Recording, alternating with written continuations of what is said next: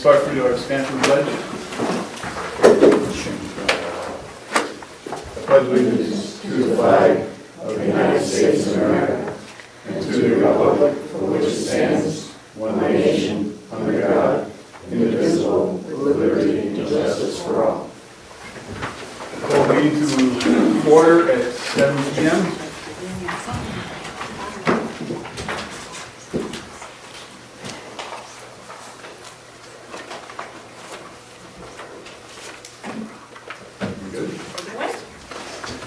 So we're going to go out of order a little bit here tonight for a few minutes. I want to take a few minutes here. As you know, this town board is consistently and looking for cost improvement, cost reduction, increased efficiencies. And again, I've asked the full staff, everybody to contribute with ideas, how to, again, reduce costs. Unfortunately for myself, last week our company laid off 20% of the people in the staff. And if everybody's watching MSNBC and some of the global economy, the economy is in tough shape. Google's laid people off, Microsoft, Cisco. I mean, they're just some big corporations that are having troubles. So eventually that's going to force its way down to the local level. So this is why, again, this board is completely focused on cost reduction. One of the areas that we're looking to reduce costs was our legal fees. Again, I'd asked the extended staff to be considered to understand, to try to manage their costs with our legal bills. They are just running extremely high, with no end in sight. Doing some research, we also understand that the New York State Controller prefers, flat fee type contracts, where our contract with Whiteman, Osterman, and Hanna was a per hour agreement, even though they're staggered for different levels of counsel. They're still, on an hourly basis. By going to a flat fee, we establish a little more financial stability in our program, in our budget.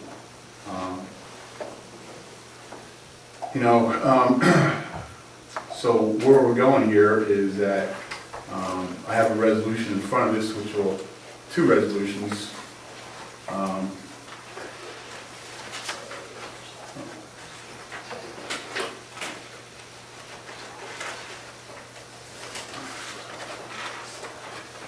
In which we'll be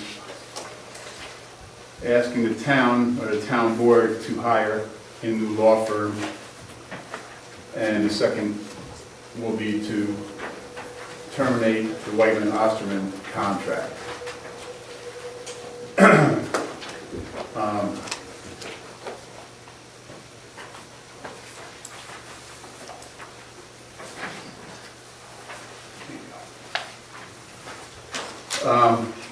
And again, I think Whiteman has done a great job for us. I was very impressed by Peter Tremarchi. I think he was, he's a great guy. He's a great confidant. He lent a lot of advice. I really liked him. But there were times when Peter Tremarchi was calling the Association of Towns for advice. Point is, I could do that. That's not really why we're hiring an attorney. Again, I'm not trying to discredit Peter at all, but there are points that say, well, we need a skilled resource at our beck. So what we've asked, and here's one more document for everybody, and I'll push you down here. We've asked Michael Servais, and I know I said that wrong, so bear with me again.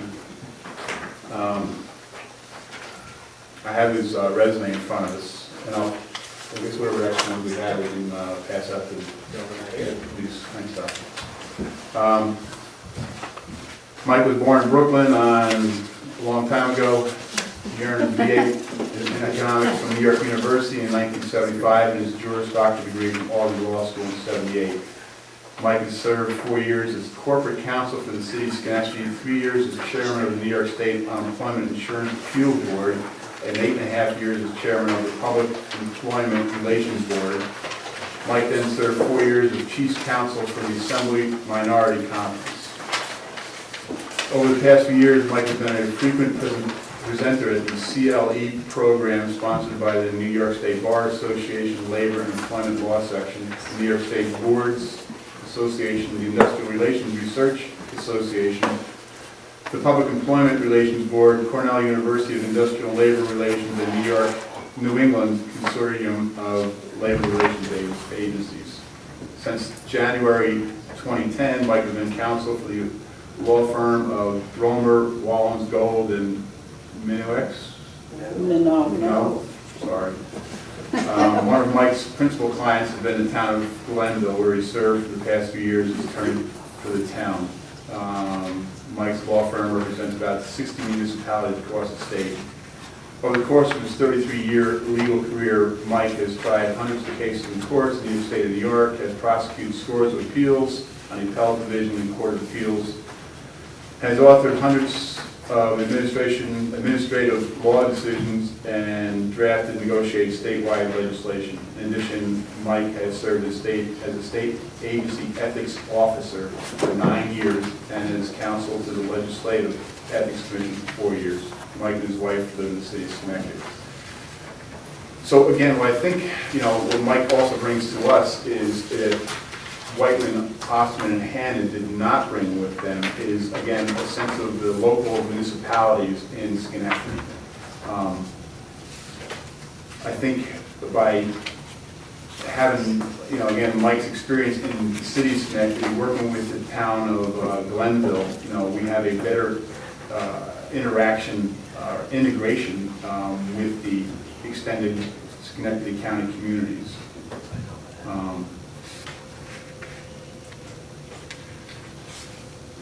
So again, just to touch base, as far as the budgets go, again, so Mike and his firm are proposing a $3,000 per month flat rate fee.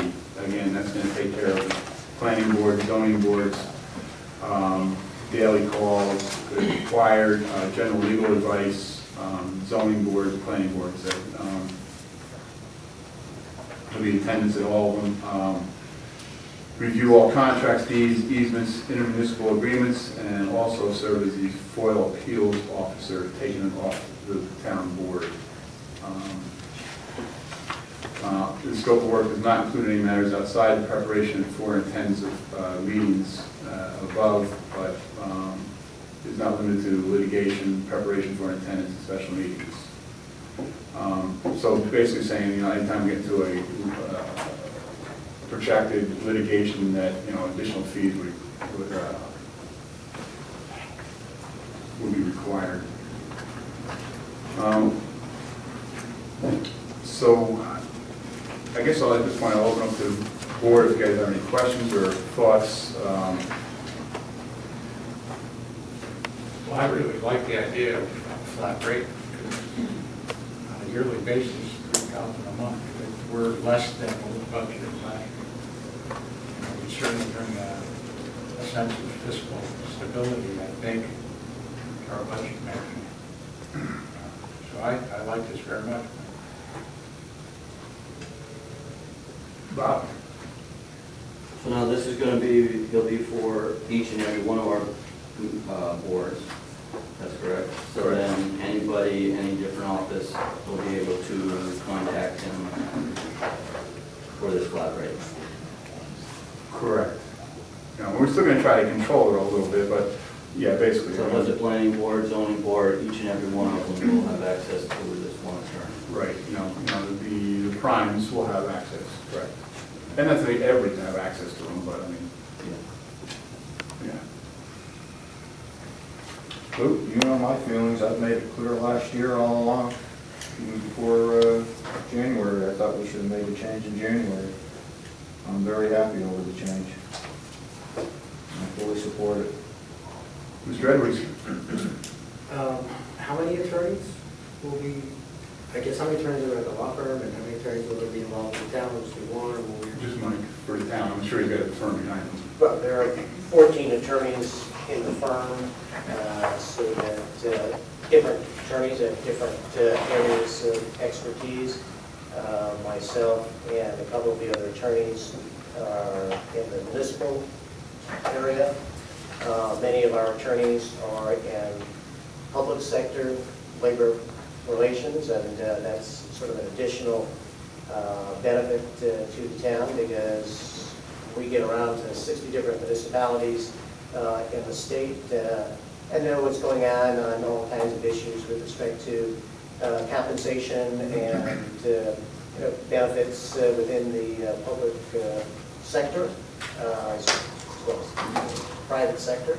But there are a whole host of laws that are labor, civil service type programs, both state and federal laws, that many of the attorneys in our firm specialize with, and are things that each municipality should be very aware of and have standing policies on. So that part of our retainer agreement is that we will help the town make sure that they're fully in compliance with all state and federal laws, that they have policies that meet the requirements of state and federal law. And so we're going to be proactive in trying to protect the town in every way that we can. And just to, I guess, clarify Bob's question, so Mike specifically will be sitting with council for plan forward, and there will be rotating attorneys, things like that. I hope not, that wasn't the plan, but, right. The plan is for me to be the principal attorney assigned to the town of Princetown, and for me to be the person that appears and advises the town board, the planning and the zoning board of appeals. Thank you. Okay, thanks, Todd. So with that, whereas the town board seeks to increase the efficiency of Princetown government whenever possible and continue to seek ways to reduce the cost of our local government, resolved that the law firm of Romer, Wallens, Gold, and New, LPP, be appointed as the attorneys for the town at a monthly rate of $3,000 through 12/31/2012. The scope of work as follows: general legal advice to the town board and all town departments and boards, attendance at each regularly scheduled meeting of the town board, planning board, and zoning board as requested, review of all contracts, deeds, easements, intermunicipality agreements, and serve as FOIL appeals officer. The scope of work will not include any matters outside the preparation for and attendance at the meetings above, such as, but not limited to, litigation, preparation for, and attendance at special meetings, council on zoning issues requiring more than nominal effort and/or commitment of resources on their part. Do I have a motion? I'll make the motion. I'll second. All in favor? Edwards. Abstain? Esposito. Yes. Jazinski. Yes. Myers. Yes. Jones. Yes. And whereas the town board seeks to increase the efficiency of Princetown government as possible and continue to seek ways to reduce the cost of our local government, resolved that the Princetown Town Board authorizes Supervisor Joyce to terminate the legal counsel contract with the law firm of Whiteman, Hoffman, and Hanna, LPP, with an effective date of close of business on Tuesday, August 14th, 2012. Do I have a motion? I'll make the motion. I'll second. Edwards. Abstain? Esposito. Yes. Jazinski. Yes. Myers. Yes. Joyce. Yes. Welcome aboard. Take your seat of honor.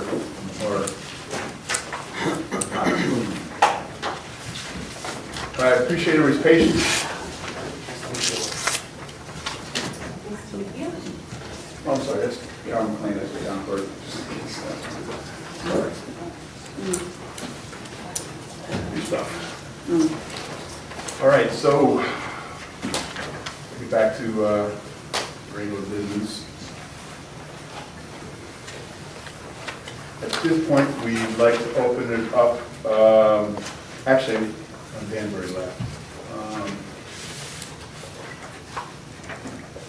Let's go with old business. So, I'll maybe Lou speak a little bit to town hall. I got a little bit of an update from George, but Lou's going to touch base on town hall.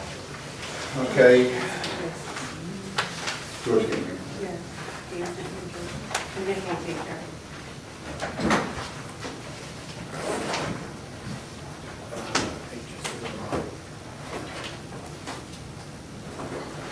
All right, Lou, as new buildings and superintendent or department, anything on town hall you want to share?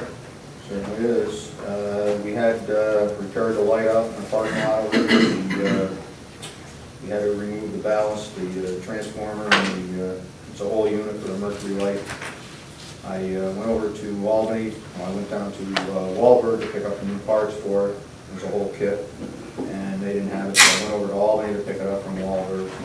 I took it over to, since I didn't have a meter to check the correct voltage on it, I took it over to Gray Electric. As I suspected, the transformer was bad, and the starter was bad, electronic starter. It's a 220 volt or 208 volt system. They replaced the transformer and the starter. The capacitor was fine, so we do have an extra capacitor and a starter, and next time it goes bad, I have parts to replace it.